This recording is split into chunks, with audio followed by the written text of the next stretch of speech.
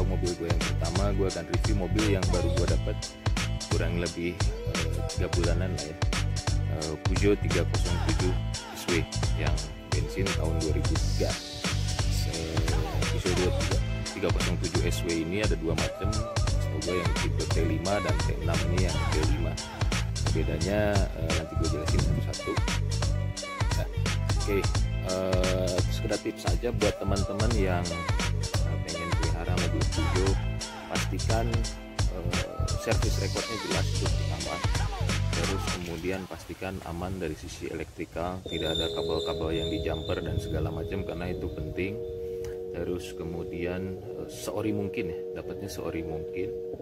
Terus lalu juga kalau nyarinya yang matic ya, pastikan bahwa track record maticnya juga jelas, kapan terakhir di overhaul dan segala macam. Jangan sampai nanti pas giliran teman-teman beli ya, itu pada saat giliran teman-teman harus overhaul gitu ya, atau turun maticnya, karena biayanya cukup lumayan. Nah kebetulan punya gue ini track recordnya jelas. Gue dapat dari Revi Auto, track recordnya sampai service record 12 tahun ya, malah 12 tahun terakhir itu jelas ya. Jadi part-part apa aja yang diganti, terakhir diganti kapan, terus berapa kilometer atau berapa ratus kilometer kemudian harus diganti apa, itu semuanya jelas ya. Tapi yang namanya mobil bekas ya pasti ada aja problem-problem yang terjadi ya. Tapi untuk yang gua dapat ini kebetulan PR-nya minor lah gitu, bukan hal-hal yang major ya. Nanti gua akan jelasin apa problemnya di mana aja.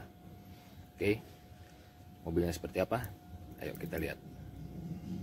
Oke, seperti ini mobilnya teman-teman.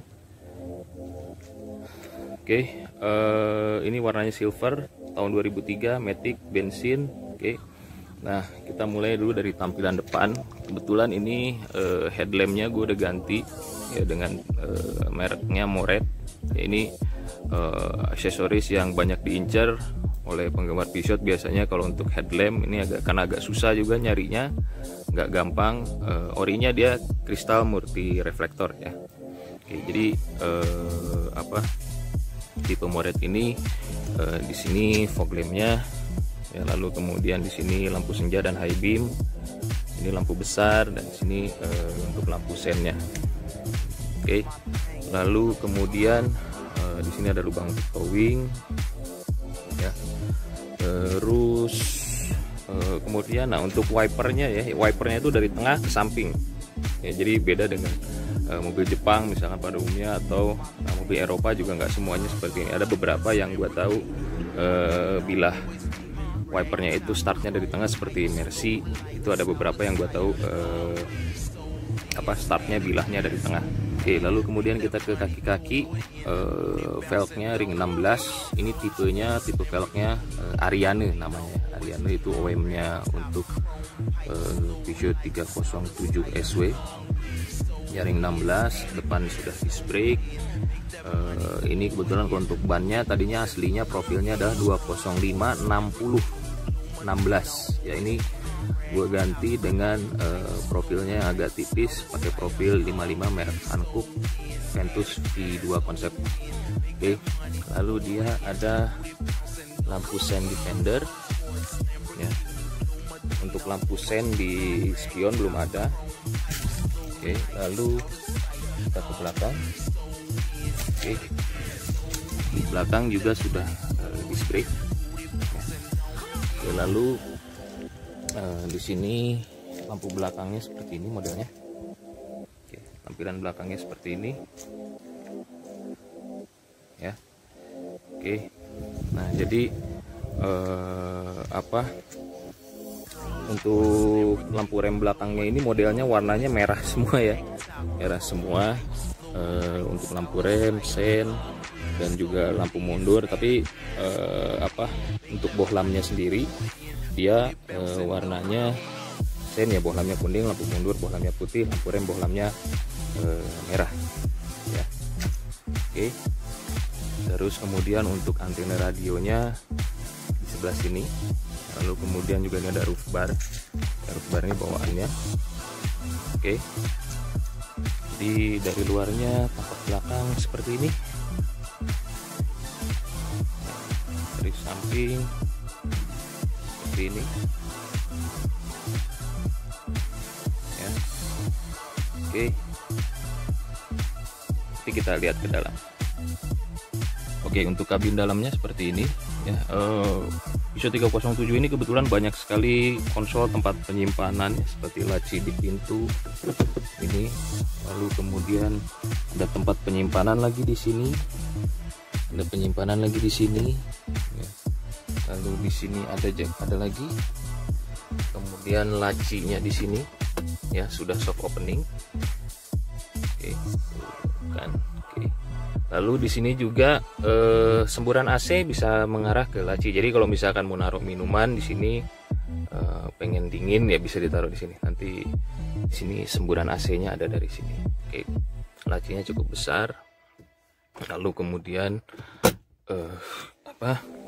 di tengah sini ada 2 cup holder, ada penyimpanan lagi. Lalu ini tuas untuk tuas metiknya ya. Di sini ada laci. Oke, sekarang kita coba nyalakan. Oke ya. Nah, penting untuk diperhatikan pertama bahwa pada saat kontak on itu pastikan semua indikator nyala, aki, terus kemudian engine check, terus kemudian di sini ada seat belt dan juga ada handbrake ya, tanda handbrake, terus kemudian ada tanda stop.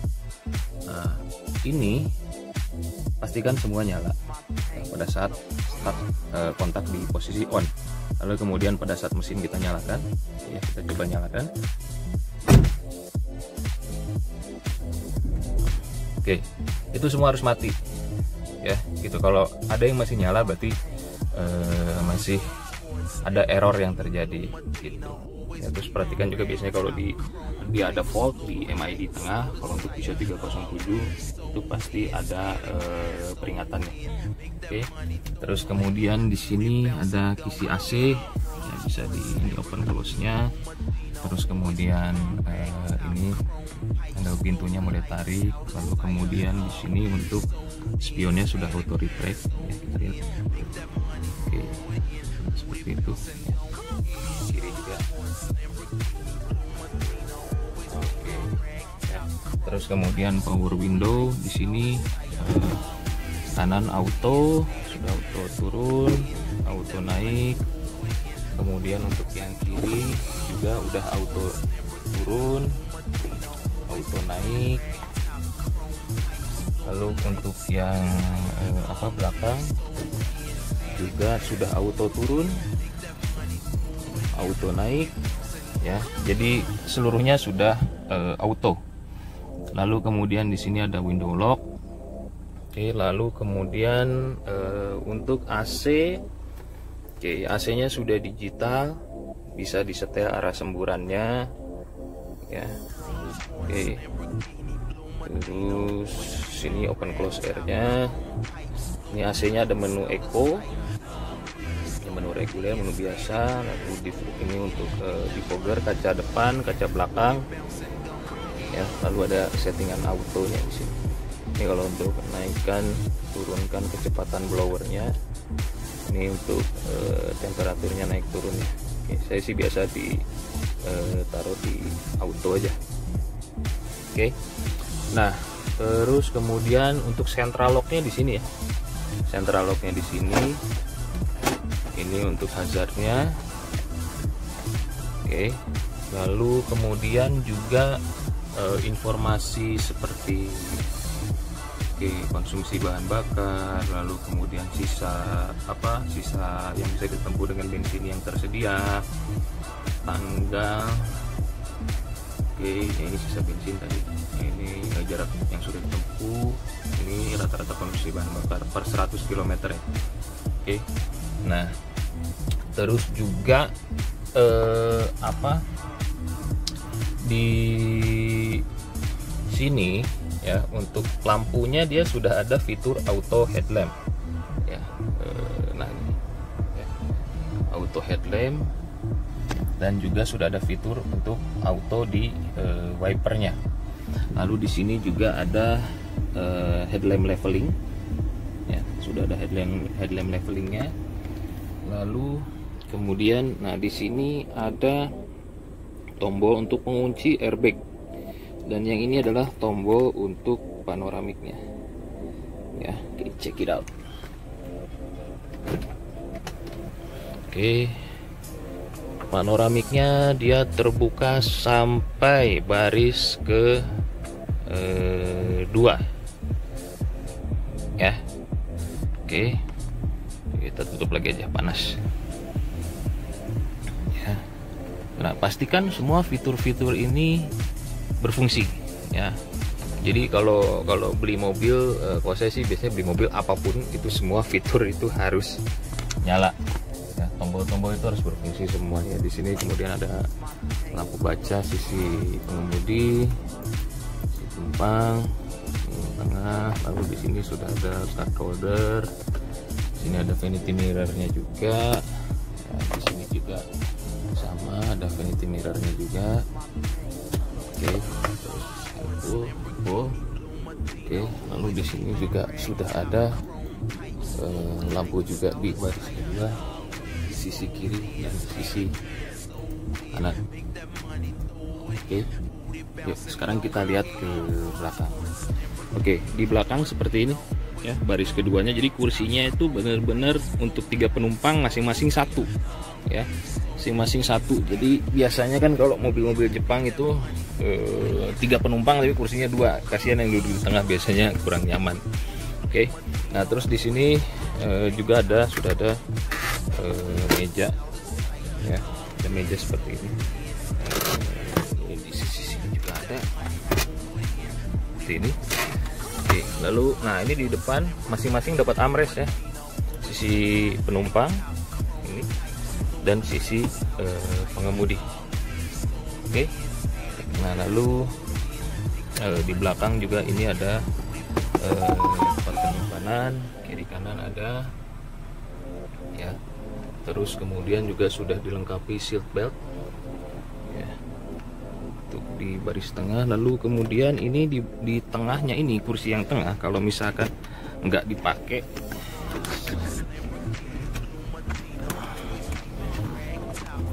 oke, kalau nggak dipakai itu dia bisa jadi cup holder. Di sini 4 ya, 4 cup holder. Di sini ada penyimpanan. Nah, dan ini juga bisa dilipat penuh sih kalau mau. Di sini ada apa nih? Kayaknya buat nyimpan sedotan atau apa gitu. Oke. Oke, sekarang kita lihat bagasinya. Oke, bagasinya seperti ini.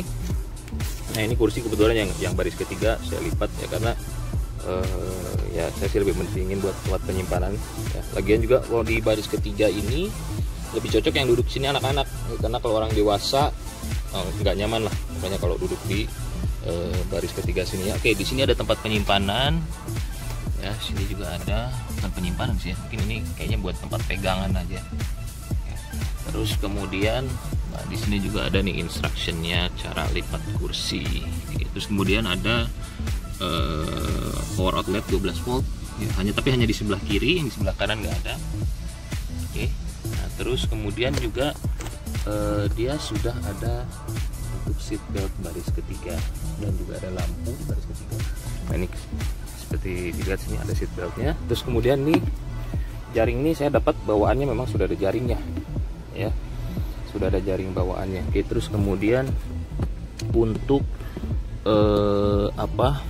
di sini ada cover untuk kalau misalkan ini biasanya sih saya kalau mau ganti bohlam lampu belakang itu harus buka ini. Terus kemudian di sini ada tempat untuk toolkit. Nah, untuk ban serepnya di bawah sini ya, dia sistem pakai sling, jadi diputar sini nanti ban serepnya turun di bawah ya, jadi bukan biasa seperti normalnya penguncinya di bawah jok gitu, enggak. Oke, seperti itu ya. Oke ya, ini tampilan untuk dashboardnya seperti ini. Oke, nah kalau kita mau buka kap mesin itu dari sebelah kiri, sebelah sini ya, seperti ini agak. Oke, sebelah kiri sini ada tuas ya, didorong aja. Oke, nah, kita lihat ruang mesinnya.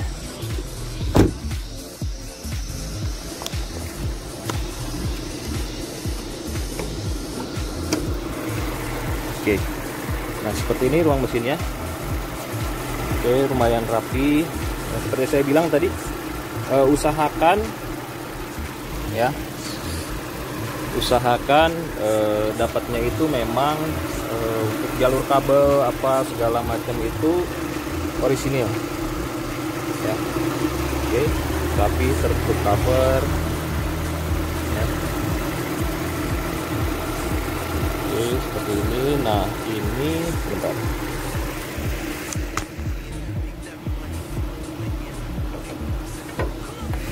oke, saya naikkan dulu hookingnya tadi ya. Jadi saya beli mobil ini bukan perfect banget ya, enggak juga sih. Kemarin pas awal baru dapet itu temperaturnya bermasalah ya, temperaturnya bermasalah. Itu setelah dianalisa ternyata termostatnya bagus, lalu kemudian packing bagus, cooling sistemnya bagus. Nah cuman ternyata bermasalah di kompresornya, katanya agak lemah. Itu berpengaruh jadinya ke temperaturnya agak tinggi dikit kalau pas nanjak ya, tapi kalau pas jalan lurus biasa itu normal. Akhirnya kemarin saya akalin pakai switch ya. Pengerjaannya ini di Siliwangi Motor ya, di tempat langganan saya sendiri di Bandung. Ini switchnya. Nah jadi dia begitu temperatur menginjak 85, high fan-nya udah langsung on ya, jadi temperatur aman. Oke. Terus kemudian kemarin AC kurang dingin ya, AC agak sedikit kurang dingin. Nah kemudian saya kemarin flashing AC-nya di Quickly AC di Jalan Soekarno-Hatta di Bandung ya. Itu di flash semua, oli kompresor diganti apa segala macam. Sekarang adem lagi, dingin. Suhunya kemarin diukur turun 5 derajat dari sebelumnya. Oke. Terus kemudian problem selanjutnya lagi adalah yang saya hadapin kemarin, bukan pas baru ngambil sih, setelah 2 bulan mau 3 bulan dipakai, itu anti pollution valve-nya nyala ya. Nah itu setelah di scan ternyata sensor O2 nya yang bermasalah. Nah akhirnya sensor O2 nya nggak diganti sih, dibersihin aja. Terus kemudian busi juga dibersihin ya. Nah balik normal lagi tuh ya, tulisan anti pollution valve-nya hilang. Oke ya, terus ini di sini sudah ada peredamnya juga ya, ini peredamnya bawaannya. Nah ini kemarin saya flashing di AC Quickly ya.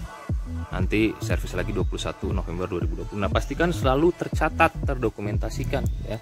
Nah seperti ini contoh misalkan untuk timing belt ya, timing belt nanti saya harus cek lagi pada saat kilometer 204.000 ya. Nah kemarin juga pas baru dapat itu saya langsung ganti oli, baik oli mesin maupun oli matic. Terus kemudian kemarin di flashing juga ya, di flashing juga untuk mesinnya, karena kemarin sempat bunyi di atas tek gitu ya. Nah itu high level adjusternya ya, atau valve-nya ya, setelan valve-nya itu kan dia bentuknya kayak apa ya, kayak piston gitu, kecil-kecil gitu, ada 16 biji ya.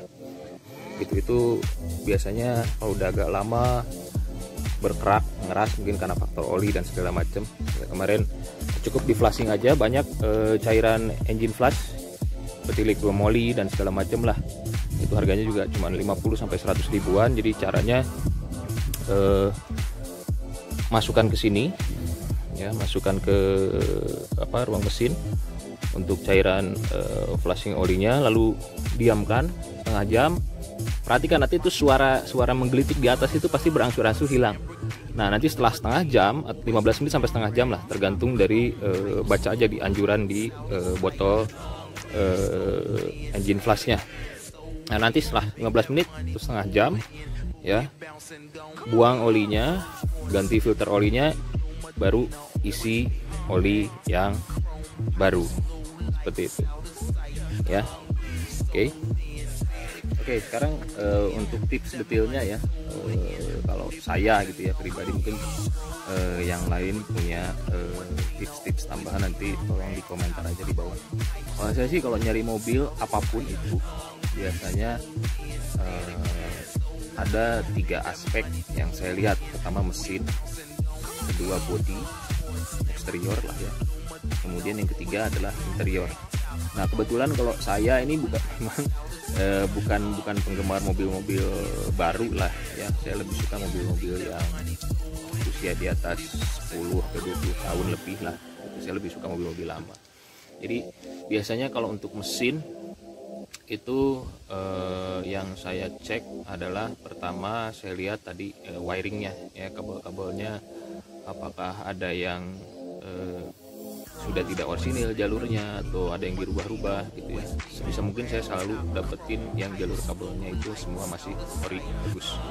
Kemudian yang kedua adalah periksa ruang mesin ada kebocoran oli apa enggak gitu ya, baik dari packing atas maupun packing bawah. Lalu kemudian yang selanjutnya adalah suaranya, suara mesinnya bagaimana gitu. Suara mesinnya itu ya kalau yang normal pasti halus ya, pasti halus suara mesinnya.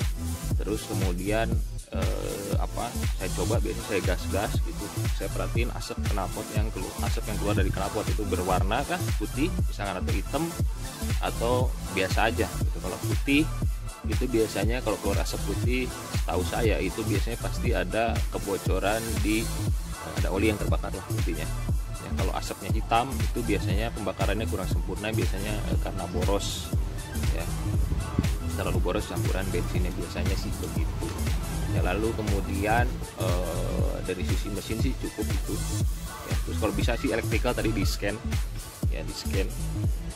Terus kemudian yang dari sisi eksterior saya juga selalu upayakan cat apa segala macam itu ori, karena saya lebih suka meskipun belel tapi catnya ori daripada hasil repaint. Kadang hasil repaint itu daglek gitu ya catnya tuh warnanya. Nah terus juga perhatikan garis-garis bodinya itu lurus ya, untuk ngecek bekas tabrak apa enggak gitu, kayak garis di pintu, garis di kap mesin, garis di bumper belakang, di bagasi gitu ya. Kalau udah bekas tabrak itu pasti tidak simetris biasanya. Kalau misalnya tabrak depan contoh misalkan ya, biasanya sejago-jagonya tukang bengkelnya pasti tetap kelihatan bekasnya. Bisa dicek biasanya dari simetris apa enggak kap mesinnya tuh antara garis yang kiri dan garis yang sebelah kanan. Lalu kemudian tulang depannya ada bekas las apa enggak, itu pasti kelihatan. Ngecek belakang juga begitu sama, ngecek samping juga sama, garis pintu lihat kiri kanan itu simetris apa enggak. Oke, lalu kemudian dari sisi interior, nah dari sisi interior juga pastikan tidak ada misalkan contoh kisi AC yang patah, kemudian tombol-tombol fungsi elektrikal yang tidak berfungsi dan segala macamnya seperti itu. Kalau saya sih selalu usahakan dapat semuanya berfungsi ya, semuanya berfungsi. Kalaupun misalkan ada yang harus diperbaiki ya, hal-hal yang minor lah gitu ya, jangan yang sifatnya major lah ya. Oke, sekian aja itu review dari saya dan tips dari saya, semoga bermanfaat. Wassalamualaikum warahmatullahi wabarakatuh. Oke, secara overall fitur mobil ini memuaskan kecuali satu hal, yaitu pada saat isi bensin ya, kita harus turun terus kemudian buka, dan tidak ada tuas pembuka tangki bensin di dalam, jadi harus buka kunci seperti ini ya, tutup lagi seperti ini ya. Jadi setidaknya ada sih positifnya, jadi kita tetap jaga silaturahmi sama penjaga pom bensinnya. Oke.